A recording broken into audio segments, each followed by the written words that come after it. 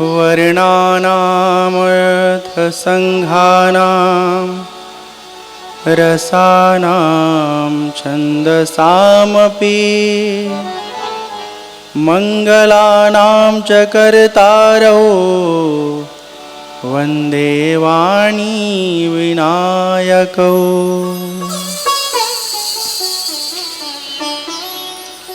भवानी शङ्करौ वन्दे श्रद्धा विश्वासरूपिणौ याभ्यां विना न पश्यन्ति सिद्धाः स्वान्तस्तमीश्वरम्।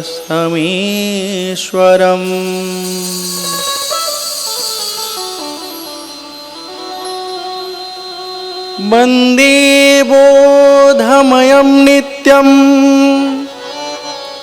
गुरुं शङ्कररूपिणं यमाश्रितो हि वक्रोऽपि चन्द्रः सर्वत्र वन्द्यते।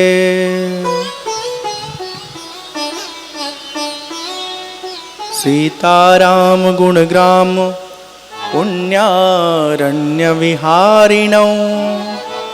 वन्दे विशुद्धविज्ञानौ कवीश्वर कपीश्वरौ।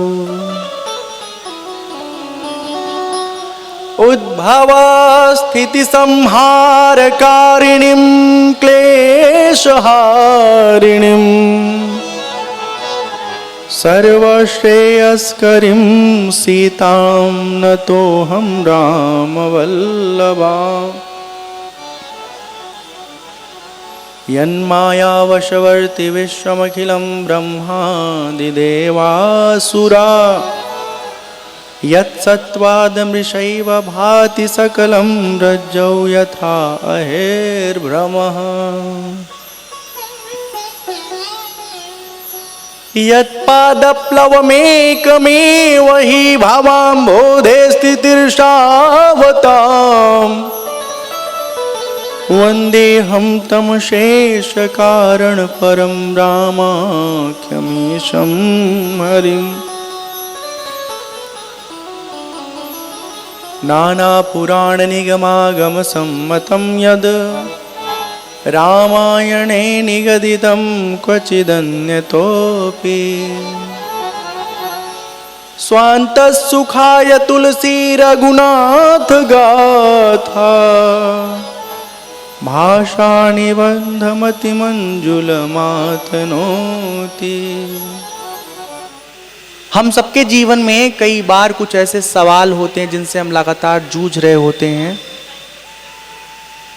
पर उसका हल ढूंढने की कोशिश नहीं करते हैं। सवाल चाहे जीवन से जुड़ा हो, चाहे आध्यात्म से जुड़ा हो या किसी वस्तु से जुड़ा हो, जब तक उसका उत्तर नहीं मिलेगा तब तक वो बना रहेगा, बना रहेगा, बना रहेगा। अतः चाहिए कि जो सवाल हमारे जीवन को बहुत अधिक प्रभावित कर रहा हो, कम से कम उन सवालों का उत्तर ढूंढ लिया जाए।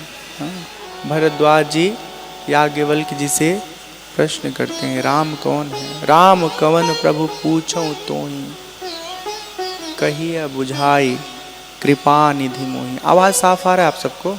ठीक, कम सुनाई दे रहा है? बाबू अब देखो मत हमको, बाबूजी करें कम सुनाई दे रहा है तो सलूशन निकालो, ठीक है?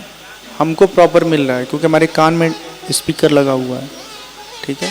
अब देखिए बाहर का बढ़ाइए। हाँ, राम कौन है? हाँ, कृपा करके ये बताइए, समझाइए और ऐसा समझाइए कि हमको समझ में आ जाए। ध्यान रहे, जो शिक्षक होता है ना, उसकी सबसे बड़ी योग्यता यह है कि हर विद्यार्थी को बात समझ में आ जाए, इस ढंग से उसे पढ़ाना समझाना आता हुआ। एक राम अवधेश कुमारा, तिनकर चरित विदित संसारा। एक राम को तो हम जानते हैं, महाराज दशरथ के पुत्र हैं। उनके यश को, कीर्ति को, उनके पराक्रम को पूरा संसार जानता है। उनकी पत्नी का जब हरण किया रावण, तो वो इतने क्रोधित हुए कि पूरी लंका को ही समाप्त कर दिया, रावण का समूल नाश कर दिए। प्रभु सोई राम की अपर को जाहि जपत त्रिपुरारी, सत्य धाम सर्वज्ञ तुम्हा कहूं विवेक विचार। राम कौन है? एक राम को हम जानते हैं, शिव जी के घट घट में, उनके प्राण पर हमेशा वो राम नाम जप करते रहते हैं। हर समय राम जी के सुमिरन में भगवान भोलेनाथ निमग्न रहते हैं। प्रभु सोई राम की अपर को जाहि जपत त्रिपुरारी। ये शिव जी जिस राम को भजते हैं, जपते हैं, याद करते हैं, और जो राजा दशरथ के राम हैं, क्या ये दोनों अलग अलग हैं या दोनों एक ही हैं? कृपा करके हमें समझाइए, बताइए। याज्ञवल्क्य जी बहुत ज्ञानी हैं, वो कहते हैं कि हमें मालूम है, आपको सब कुछ ज्ञात है, उसके बाद भी आपकी इच्छा है राम जी की कथा सुनना। राम जी की कथा सुनने के लिए ऐसे अज्ञानी के समान आप सवाल कर रहे हैं। चलिए मान लेते हैं कि आपके मन में अज्ञान भी है, मान लेते हैं, तो इस बात को लेकर के कभी परेशान मत होइए, क्योंकि ये अज्ञान आपके ही भीतर नहीं, भगवान शिव की जो जीवन संगिनी है उनके जीवन में भी ये अज्ञान व्याप्त था। जब भरद्वाज जी सुने हैं कि शिव जी की जीवन संगिनी सती जी के जीवन में यह ज्ञान था, तो बड़े आश्चर्यचकित हुए। ये स्थिति ठीक वैसी ही है जैसे स्कूल के प्रिंसिपल कोई जने हो और उन्होंने अपने पत्नी को पत्र लिखना तक न सिखाया हो, पत्र पढ़ना तक न सिखाया हो।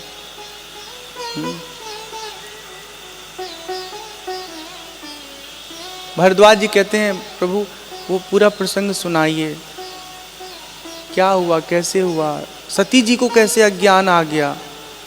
वो तो ज्ञान स्वरूप भगवान शिव की अर्धांगिनी है।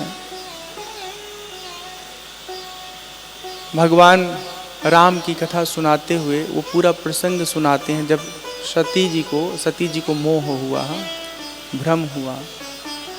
एक बार की बात है, भगवान भोलेनाथ सती जी के साथ अगस्त ऋषि जी के आश्रम जाते हैं राम जी की कथा सुनने की इच्छा लेकर के। वहां पहुंचते हैं, खूब बढ़िया से शिव जी का अगस्त ऋषि स्वागत करते हैं, सम्मान करते हैं और फिर उनकी इच्छा जानते हैं। जब शिव जी कहते हैं हमें राम जी की कथा सुननी है, अगस्त ऋषि भगवान राम की कथा सुनाते हैं।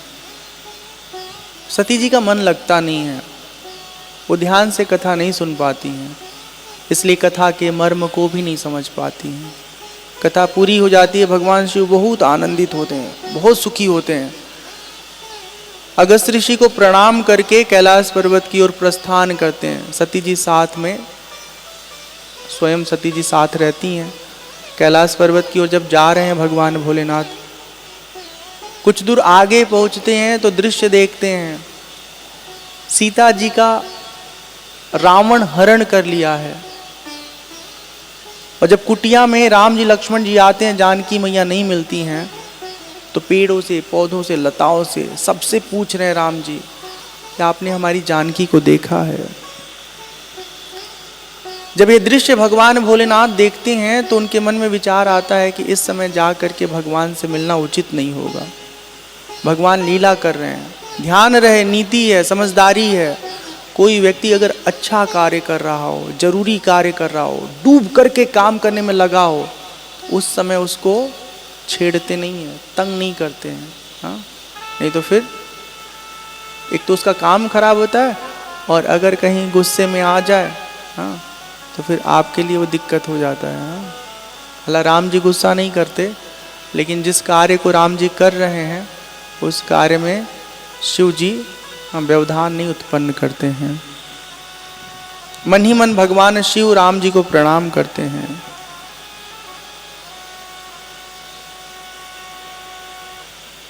भगवान जब प्रणाम करते हैं तो उनके मुख से अनायास सहज निकल जाता है, शिव जी के मुख से। हाँ, जय सच्चिदानंद जग पावन, अस कही चले मनोज न सावन।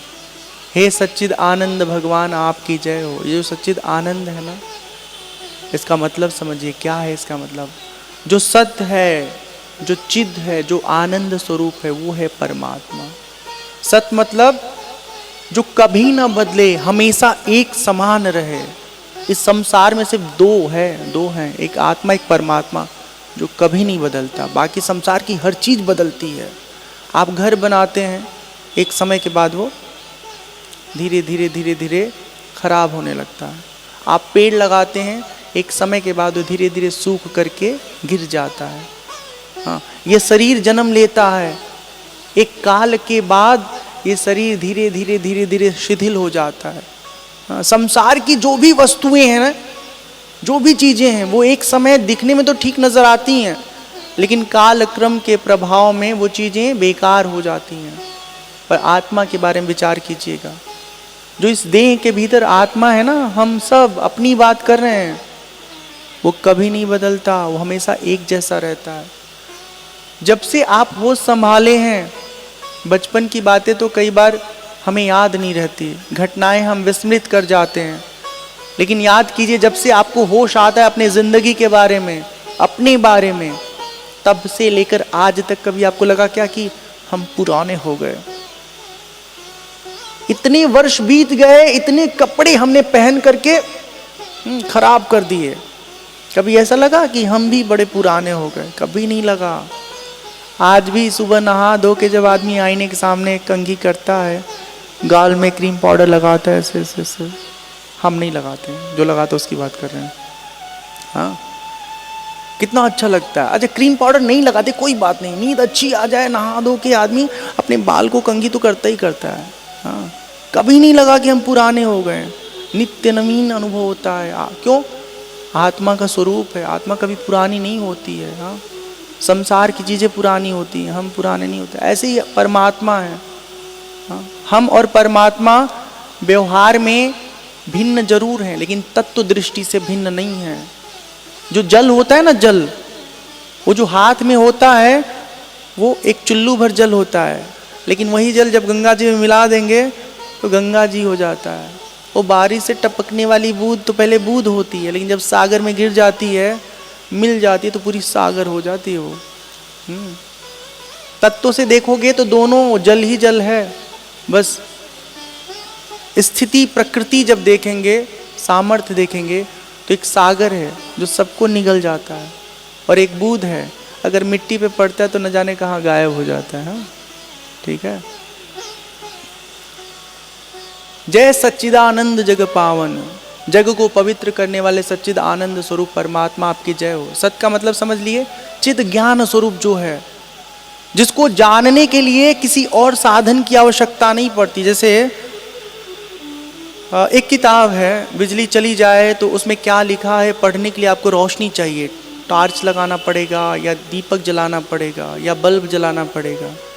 लेकिन आपसे पूछा जाए बिजली जाने के बाद आप कहाँ हो? खुद को ढूंढ रहे हो, खुद को जान रहे हो। अंधेरे में भी आप कहते हैं कि हाँ मैं हूँ, हाँ मैं खुद को देख रहा हूँ, अपने भीतर की आंखों से खुद को अनुभव कर रहा हूँ। आंख बंद करने के बाद भी हम अपने आप को देख रहे हैं, जान रहे हैं ना। तो जो स्वयं प्रकाश है वो है आत्मा का स्वरूप। हाँ, वो है आत्मा का स्वभाव, जो स्वयं को जानने के लिए किसी अन्य साधन की सहायता न ले, ऐसा है परब्रह्म का स्वरूप। हाँ, सद हो गया, चिद हो गया, आनंद। आनंद वो स्थिति का नाम है जहां आप ना बिना कुछ किए चुपचाप बैठे सुखी हैं, आनंदित हैं। आहा हा, ध्यान कर रहे हैं, एकांतवास कर रहे हैं, भगवान का सुमिरन कर रहे हैं, सदशास्त्र का अध्ययन कर रहे हैं, कुछ नहीं चाहिए। बस जिस स्थिति में है उस स्थिति को खोना नहीं चाहते, उसमें बने रहना चाहते। वो भीतर से, आत्मा के अंदर से हमको अनुभव होता है। ये आनंद हम सबके भीतर समाया है, लेकिन जब हम संसार के भीतर चीजों को देख देख करके उनके लिए लालायित हो जाते हैं और उसको पाने की कवायद शुरू कर देते हैं। बस उसी उलझन में हम कोल्हू के बैल बन जाते हैं, घिर घिर घिर घिर घूमते रहते हैं, खुद से जुड़ ही नहीं पाते, बस दूर दूर भागते रहते हैं। तो आनंद जो कहीं और से नहीं आता, जो हमारे भीतर व्याप्त है। हाँ, कई बार ऐसा लगता है रसगुल्ला खाए तो बड़ा मजा आया, अच्छा बहुत मजा आया, हम आपने तय किया है 50 रसगुल्ला खिलाएंगे, ठूस ठूस के खिलाएंगे। हो सकता है कोई वीर पुरुष 50 खा ले, लेकिन हमने तय किया 1000 खिलाएंगे, चलो खा के दिखाओ। हालत खराब हो जाएगा। रसगुल्ला 1 खाएंगे बड़ा मजा आएगा, 2 खाएंगे बहुत मजा आएगा, 8-10 तक मजा आएगा, 15, 20, 40, 50, 60, 70, 80, 90, 100 के बाद भैया हम नहीं खा पाएंगे, हमसे नहीं होने वाला है, हम सब रसगुल्ला का पैसा दे देंगे, हमको छोड़ दे दीजिए। हाँ, एक महात्मा जी थे, उनको जलेबी बड़ी पसंद थी। जब जलेबी की दुकान देखे तुरंत जलेबी की दुकान पे चले जाएं, 1 पौवा आधा पौवा लें, खा लें। वो मन को समझाए कि देखो जलेबी में कुछ रखा उखा नहीं है, छोड़ो जलेबी के पीछे मत भागो। मन कहता नहीं हम तो खाएंगे खाएंगे। मन को समझा रहे थे, कई बार उसको खिला चुके थे। एक दिन तय किए कि आज हम तुमको ठीक से समझाएंगे। 2 किलो जलेबी लिए, हाँ, खाते गए खाते गए खाते गए। आधा किलो के बाद खाने का मन नहीं हो रहा था, कहे खाओ और खाओ, इतने में पेट भर गया, ठूस ठूस के खाए और उसको जाके उल्टी कर दिए। मजा आया आपको? वही जलेबी जो 1-2 टुकड़े खाने में कितना अच्छा लग रहा था, और जब मुंह से निकलेगा अंदर गया जलेबी तो कैसा लगेगा? है तो जलेबी है ना, हाँ, कैसा लगेगा? अजीब सा क्यों ऐसा हुआ मेरा? थोड़ा ही खाए होते तो अच्छा रहा होता। विषय में सुख लगता है, इसलिए हम विषय के पीछे भागते हैं, लेकिन विषय में सुख नहीं है। सुख हमारे भीतर है। हमारी कामनाएं जब तक चलती रहती ना, हम उस कामना के अनुसार अपना व्यवहार करते रहते हैं। याद रखिए, सुख कहाँ मिलता है? एक कामना उठा, उसको आपने पूरा किया, और दूसरा कामना उठा नहीं है, उसके बीच का जो पल है ना, उसमें एकदम चित्त शांत रहता है, अपने भीतर से जुड़ा रहता है, और इसी वजह से अंतरात्मा का सुख हमको प्राप्त होता है। हाँ, तो वो सुख जो है भीतर का होता है। हमको लगता है चीजों के कारण वो सुख हमको मिला है। जय सच्चिदानंद जग पावन, ये सच्चिद आनंद का अर्थ बताएं हम आपको। जग को पवित्र करने वाले परमात्मा आपकी जय हो। अस कही चले मनोज न सावन। ऐसे कह करके भगवान को प्रणाम करके, राम जी को प्रणाम करके, भगवान भोलेनाथ कैलाश पर्वत की ओर जाने लगे। जब भगवान शिव को सती मैया देखती हैं कि ये एक व्यक्ति जो अपनी स्त्री के खो जाने पर रो रहा है, उसको भगवान शिव सच्चिदानंद कह रहे हैं, उनको विश्वास ही नहीं होता है।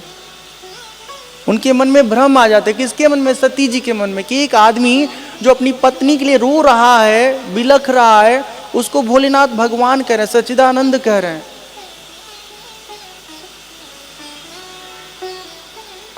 भगवान शिव समझाते हैं कि देखिए वो साधारण नहीं है, वो हमारे इष्ट राम जी हैं। बहुत तरह से समझाते हैं। ब्रह्म जो व्यापक बीरज अज अकल अनीह अभेद, जो परमात्मा पर ब्रह्म व्याप्त है, कण कण में विद्यमान है, हर वस्तु में समाया हुआ है, जो निरअवयव है, जो दृष्टि से दिखने में दिखाई नहीं देता, आंखों से पकड़ में नहीं आता, छूने से पकड़ में नहीं आता, वो वही अदृश्य परमात्मा ये परब्रह्म राम है। हाँ, देह धर के मनुष्य लीला कर रहे हैं। अच्छा, सती जी को लगता है कि ये बात तो झूठ नहीं बोलेंगे, भगवान भोलेनाथ हमारे पतिदेव बहुत ज्ञानी है। एक तरफ से मन में ये विचार आता है कि ये झूठ बोल ही नहीं सकते, अज्ञान की बात नहीं कर सकते, पर फिर उनको मन में भरोसा नहीं होता है कि जो बात कह रहे हैं राम जी के बारे में वो सच है, सत्य है। अस संशय मन भयउ अपारा, होई न हृदय प्रबोध प्रचारा, होई न हृदय प्रबोध प्रचारा।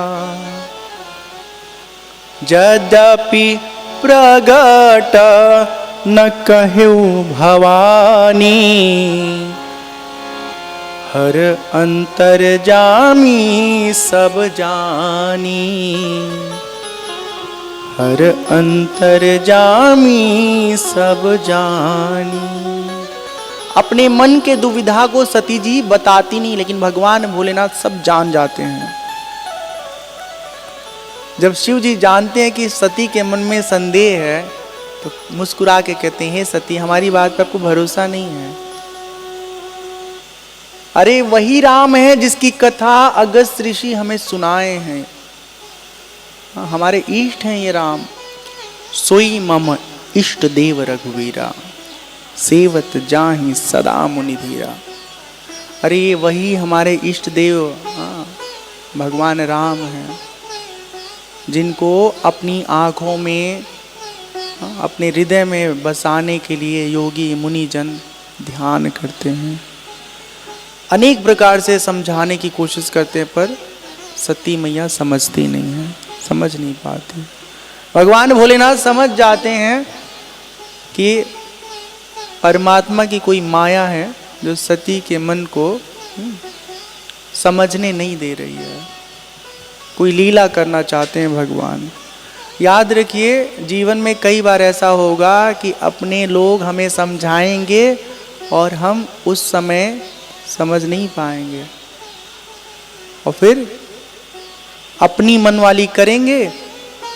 जब कूट पिटा के लात घुसा खा जाएंगे, तब लौट के घर चले आएंगे। ये लात घूसा जो है खाली व्यक्ति नहीं देते हैं, परिस्थितियां भी देती हैं। जब भी अपने से बड़े लोग कुछ समझाएं, समझ में न भी आए तो भी उनकी बात हमें मान लेनी चाहिए। भगवान कहते हैं भोलेनाथ सती जी से, हमारे कहने से आपके मन का संशय दूर नहीं हो रहा है, कोई बात नहीं। जो तुम्हारे मन अति संदेहु तो किन जाई परीक्षा ले हूँ। अगर आपके मन में संदेह है और हमारे समझाने से वो दूर नहीं हो रहा है, हे सती, आप स्वयं जाके सच क्या है ये जानने की कोशिश करिए।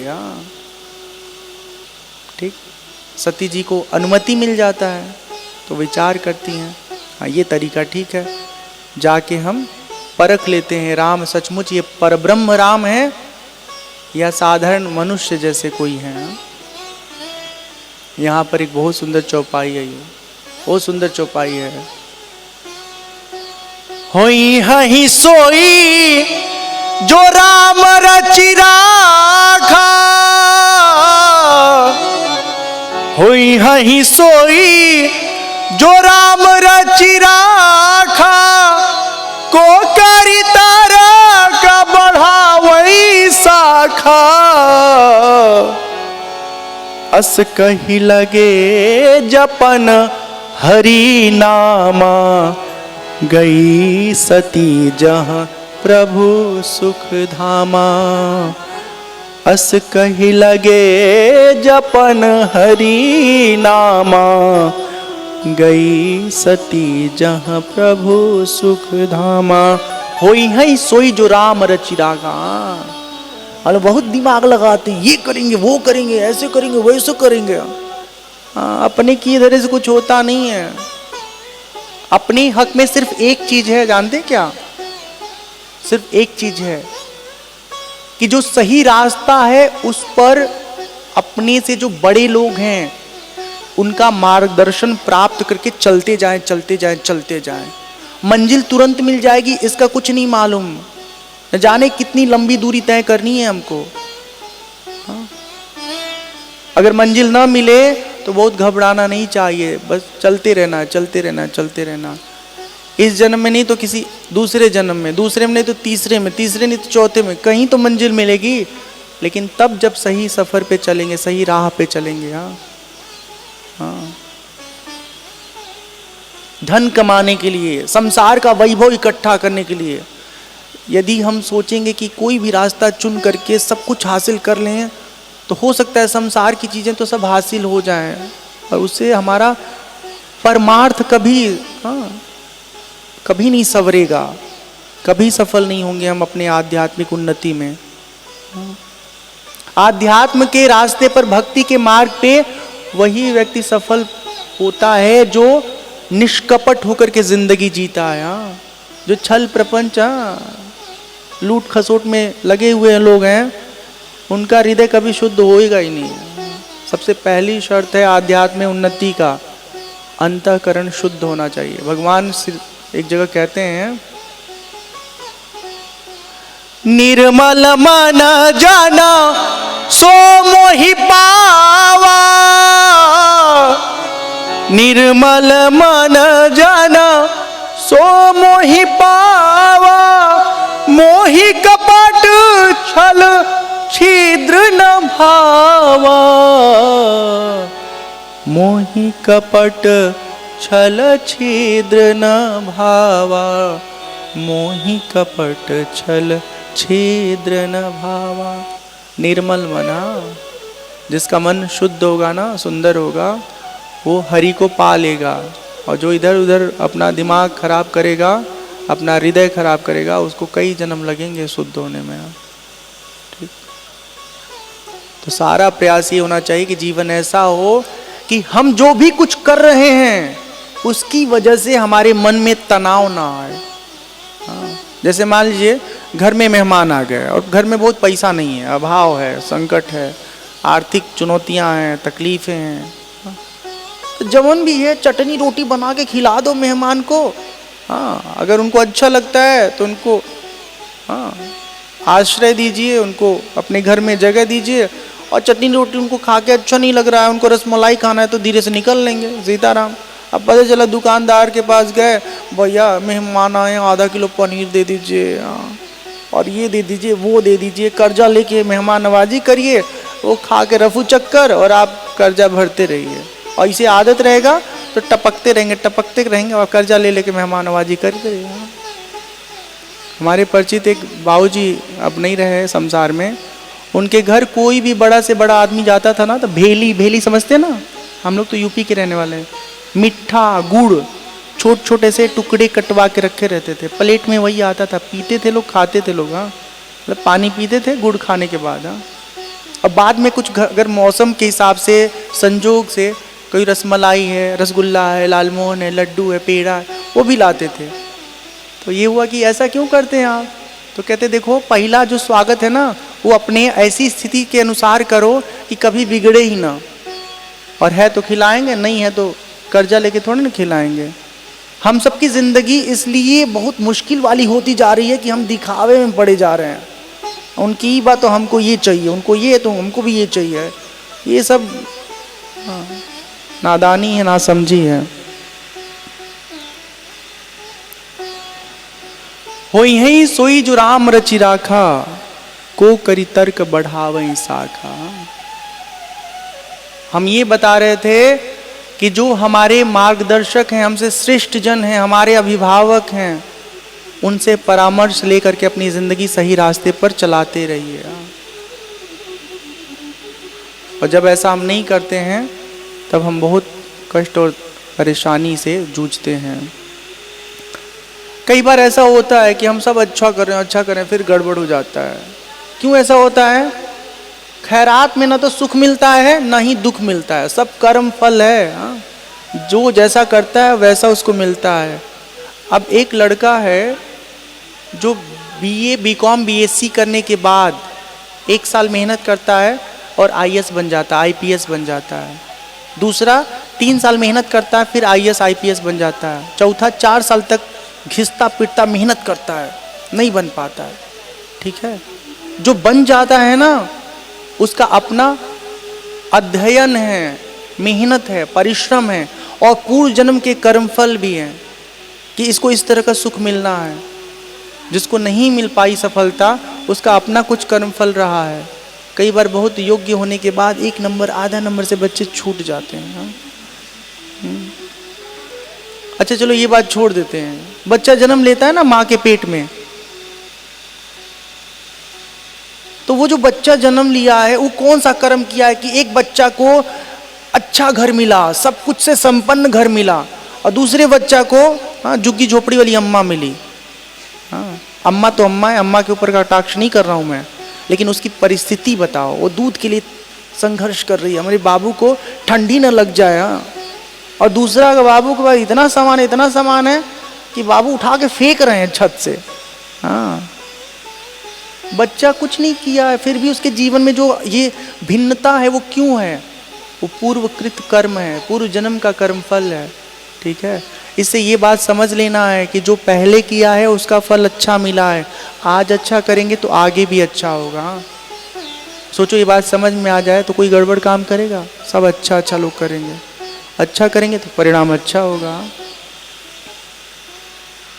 होई है सोई जो राम रचि राखा, को करी तर्क बढ़ावई शाखा, अस कही लगे जपन हरि नामा, गई सती जहाँ प्रभु सुख धामा।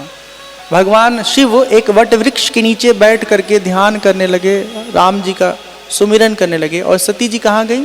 वहाँ गई जहाँ सुखधाम भगवान राम है। राम जी का एक नाम है सुखधाम, कृपा निधान, करुणायन, अनेक नाम सुनने को मिलेगा आपको। अब जो राम जी हैं वो सीता जी को, जानकी जी को ढूंढ रहे हैं, तो जिधर से ढूंढ के आगे बढ़, जैसे इधर से ढूंढ लिए हैं अब ऐसे आगे बढ़ रहे हैं, तो अब यहाँ तो फिर जाएंगे नहीं, उधर जा रहे हैं राम जी, तो सती जी क्या करती हैं? जानकी जी का रूप धारण करके और आगे जाके खड़ी हो जाती हैं। राम जी जानकी जी को ढूंढ रहे हैं, सती जी को लगता है कि अभी देखें, कहेंगे बताओ इतनी देर से ढूंढ रहे हैं, परेशान करके रख दिया, फिर हम समझ जाएंगे कि असली राम नहीं है। पर होता बिल्कुल उल्टा है।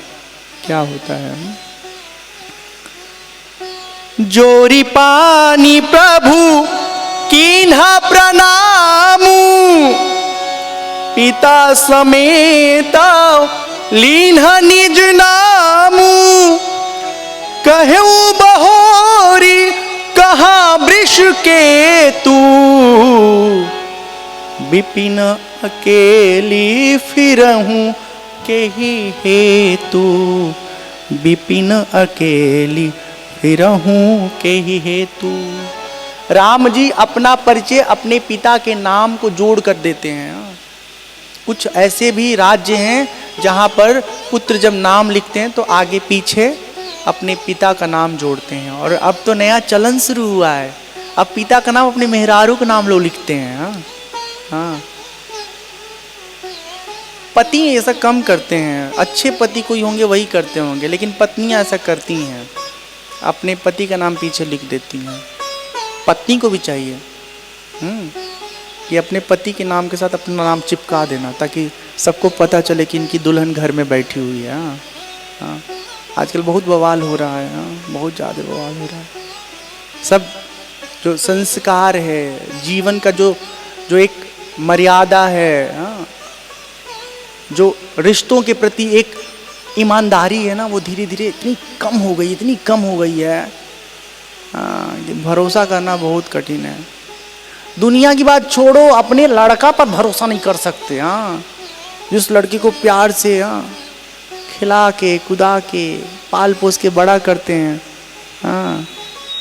उसके अंदर भी ये भाव नहीं आता कि देखो हमारे पिताजी ने, माँ ने कितनी तकलीफ से हमें पाला पोसा, योग्य बनाया। हमको तो लगता है कि शादी करो, पति पत्नी दो जने जिंदगी जियो, और मोहल्ले के जितने बच्चे हों, जब जब मौका मिले सबको चॉकलेट खिलाओ, टॉफी खिलाओ, रसगुल्ला खिलाओ, और खाली समय में उनको एक बस में बैठा के सबको घुमाओ। अपने मम्मी पापा ज़्यादा आपको प्यार करेंगे। 10-15 बच्चों को ऐसे फंसा लो, वो कोई न का हाल चल लेता रहेगा। चाची, बड़ी अम्मा, क्या सेवा है बताओ, कुछ चाहिए, कुछ लाना बाजार से। फंसाने मतलब उलझाना, प्रेम में उसको लपेटना। अपना वाला एक होगा चाहे दो होगा। कई बार तो ऐसा होता है कि जीते जी सब अलग अलग रहेंगे, पापा अलग, मम्मी अलग, भैया अलग, दीदी। हाँ।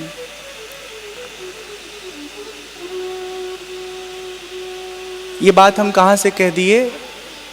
पुत्र अपने पिता को इतना सम्मान देते हैं, अपनी पहचान के साथ अपने पिता के भी पहचान को कायम रखते हैं। ठीक है, राम जी अपना परिचय देते हैं पिताजी का नाम लेकर के और पूछते हैं भगवान भोलेनाथ कहाँ हैं? इतने घनघोर जंगल में अकेले आप घूम रही हैं, डर नहीं लग रहा है? जैसे ही जानती है ना सती जी की हमारा तो सब भेद जान गए राम जी, उनके अंदर बहुत संकोच आता है। हाँ, वे सकपका जाती हैं कि आई हो दादा, ये तो सब जान गई ले, हम तो परीक्षा लेवे आयल रही। हाँ कहती हैं हम सिर्फ आपके दर्शन के लिए आए थे। हाँ? आपका दर्शन प्राप्त हो गया, हमारा बड़ा भाग्य। हाँ? और राम जी को प्रणाम करके नमस्ते करके सती जी भगवान भोलेनाथ के पास जाती हैं। भोलेनाथ जी पूछते हैं सती जी को देख करके, परीक्षा लिया? हाँ, क्या अनुभव मिला? झूठ बोल देती हैं, कछु न परीक्षा लीन गोसाई, हाँ, कीन प्रणाम तुम्हारी ही नाई। हमने कोई परीक्षा नहीं लिया, जबकि परीक्षा का प्रश्न पत्र बना चुकी थी, अपना रूप बदल के जानकी जी का रूप धारण कर ली थी। अब देखो सती जी ने दो गलती किया। एक तो पति देव समझाए, देखो ये सच्चाई है, मान लो, नहीं मानी, कहीं नहीं, हम तो जानेंगे, खुद परखेंगे वो सच है कि झूठ है। ठीक है, ध्यान से सब सुनिए। हाँ, जब आप अपनी जिद पर गईं और फिर वापस आई तो आपको झूठ नहीं बोलना चाहिए था। सती जी ने एक और गलती कर दिया, भगवान शिव से झूठ बोल दिया। जीवन में हमेशा याद रहना चाहिए सबको, हाँ? अपने जीवन के अति निकट लोगों को अपनी हर बात सच सच बता देना चाहिए, चाहे वो माँ हो, पिता हो, भाई हो या बहन हो। किसी एक को अपनी हर बात बताते रहिए ताकि उसे मालूम रहे कि आपके दिल दिमाग में क्या कुछ चल रहा है। समय समय पर वो आपको समझा दे, बता दे, हाँ, सही रास्ता दिखा दे।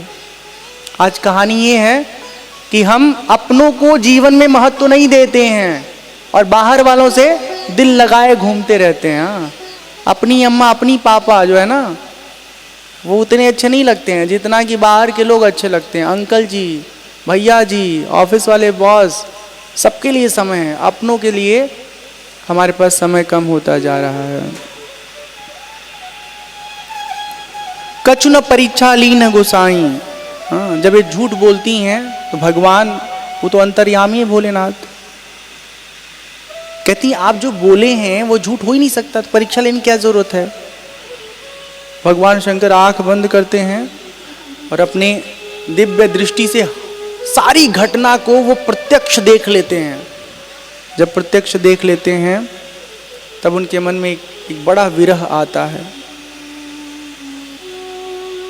परम पुनीत न जाइत जी किए प्रेम बड़ पापू, प्रगटिन कहत महेशु कछु हृदय अधिक संतापू। परम पुनीत न जाइत जी, सती जी का हृदय पवित्र है, उनके मन में कलमश नहीं है, बस थोड़ी अड़ियल है, अपनी बात पर वो जिद करने लगती हैं। भगवान शिव विचार करते हैं कि इनका हृदय बहुत पवित्र है, इनका त्याग नहीं कर सकते, लेकिन अब पहले जैसा प्रेम भी नहीं कर सकते क्योंकि हमारी आराध्या का रूप इन्होंने धारण कर लिया। एहि तन सती ही भेटी मोही नाही, एहि तन सती ही भेट मोही नाही, शिव संकल्पु किन्ह मन माही। तन सती भेट अब नाही, शिव संकल्प किन्ह मन माही। 100 रुपया फाइन है, 100 रुपया फाइन है।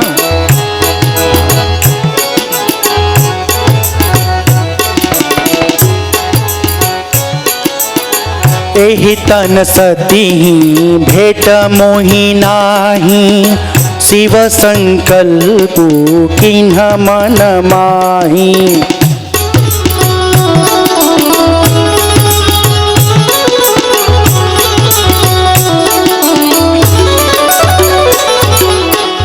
अस विचारी शंकरु मति धीरा,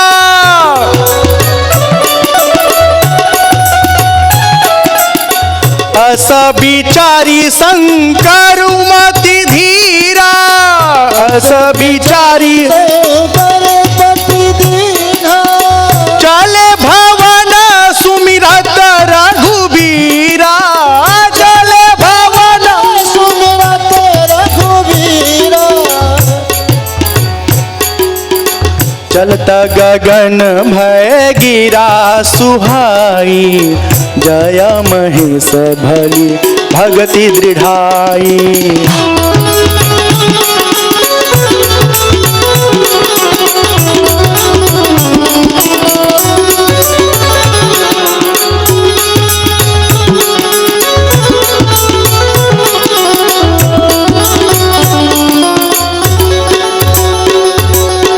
जय सिया राम, जय जय सिया राम, जय सिया राम, जय सिया राम, जय जय सिया राम, जय सिया राम, जय सिया राम, जय सिया राम, जय जय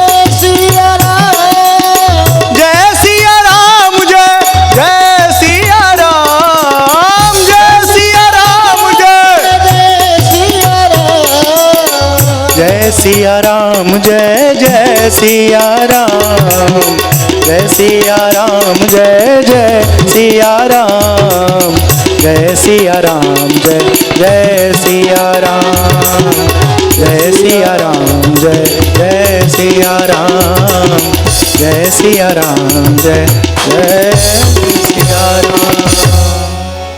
सियावर रामचंद्र की जय, पवन सुत हनुमान की जय, बोलो भाई सब संतन की जय, उमापति महादेव की जय।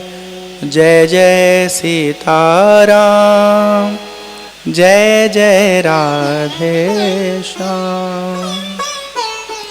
आपको बताऊं, श्री रामचरितमानस ऐसा सुंदर ग्रंथ है ना, ऐसा ऐसा मीठा ग्रंथ है, ऐसा कमाल का ग्रंथ है कि इस पर खूब कथा होता है, खूब इसका पाठ होता है, लेकिन सबसे अधिक दुख तब होता है जब पाठ करने वाले, इस पर प्रवचन करने वाले अपने मन की चौपाई गढ़ गढ़ करके सुना देते हैं और तनिक भी डरते नहीं हैं कि ये गलत है। हाँ, ग्रंथ रखेंगे नहीं, ये दिखाना चाहेंगे कि हमको तो सब याद है, और चौपाई का स्वरूप ऐसा सुंदर है कि अगर कहीं कोई अक्षर भूल जाओ, अपने दिमाग से उसमें घुसा दो एक अक्षर, एक शब्द, तो नई चौपाई बन जाएगी। तो चौपाई तो आपने नहीं गढ़ ली, लेकिन मिलावट वाली है ना, शुद्ध नहीं है। ये मंत्र जैसा है श्री रामचरितमानस। हाँ, तो इसलिए इसका पाठ एकदम शुद्ध होना चाहिए, सुंदर होना चाहिए। इसीलिए कभी कभी जबान हमारी पढ़ते पढ़ते फिसल जाती है, तो हम दोबारा पढ़ के उसको ठीक करते हैं। हाँ, दुनिया को तो उल्लू बना सकते हैं, खुद को और अंतर्यामी को कैसे बनाएंगे। हाँ, तो इन्होंने ध्यान से सुना नहीं, एक जगह गलती कर दिया, हमने पहले बताया था 100 रुपया फाइन लगेगा, प्रेम जी का 100 रुपया आज कट गया। हंसो, कटेगा नहीं, ठीक है, पूरा मिलेगा। ऐसे गुदगुदाते हैं कभी कभी ना, आदमी को संकट में डाल दो, वो सोचता है अब बताओ। हाँ, ठीक। एहि तन सती भेंट मोहि नाही, शिव संकल्प कीन्ह मन माही। भगवान शिव ने संकल्प किया कि अब इस शरीर से सती के साथ मिलना नहीं होगा, और इस तरह विचार करके भगवान शिव अब हर समय अपना मन, अपना ध्यान भगवान राम में लगाए रखते हैं।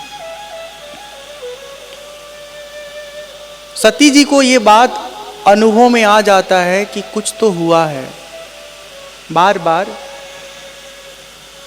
सती जी शिव जी से पूछती हैं, आपने मन ही मन में कौन सा संकल्प लिया है? क्योंकि जब संकल्प लिए ना शिव जी तो आकाशवाणी होती है, असपन तुम्हा बीनू करई कुआना, राम भगत समरथ भगवाना, सुनी न भगीरा सती उर सोचा, पूछा से वहीं समेत सकोचा।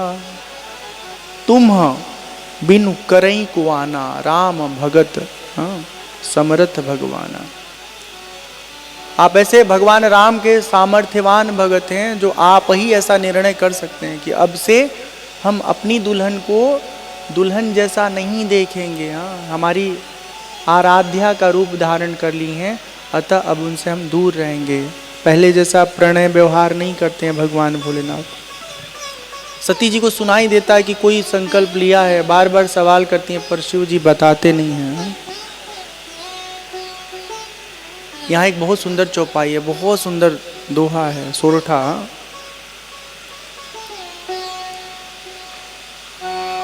जलु पै सरिस बिकाई, देखहु प्रीति की रीति भली,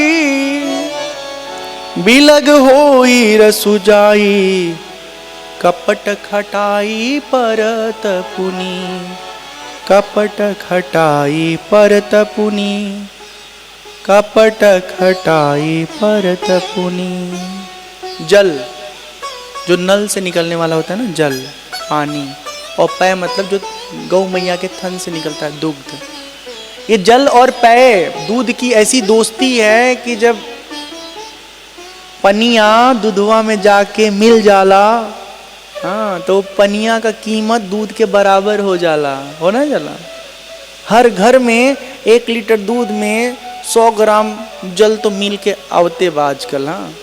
शुद्ध दूध सपना जैसन हो गए है। लेवल 39 रुपये तो खाटी दूध कहाँ से दे भाई? ग्वाला लोग इसे सीधे कहला लोग। और 60 रुपये इतना महंगा दूध ले के, ठीक है, तो चला मिला के दे दे, 40 वाला दे दे, ठीक है चलिए। 40 चलता दूध कि 60 चलता? 60 हो गई तो असली वाला 80 मिली।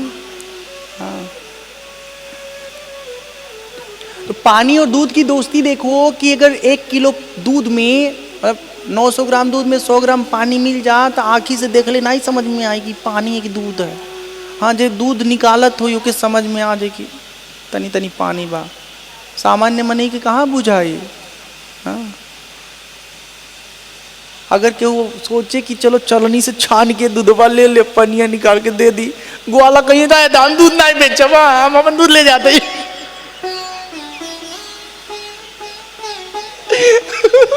लेवे के बाद हमारी ये ला, हाँ हल्के हल्के क्यों नहीं देवा।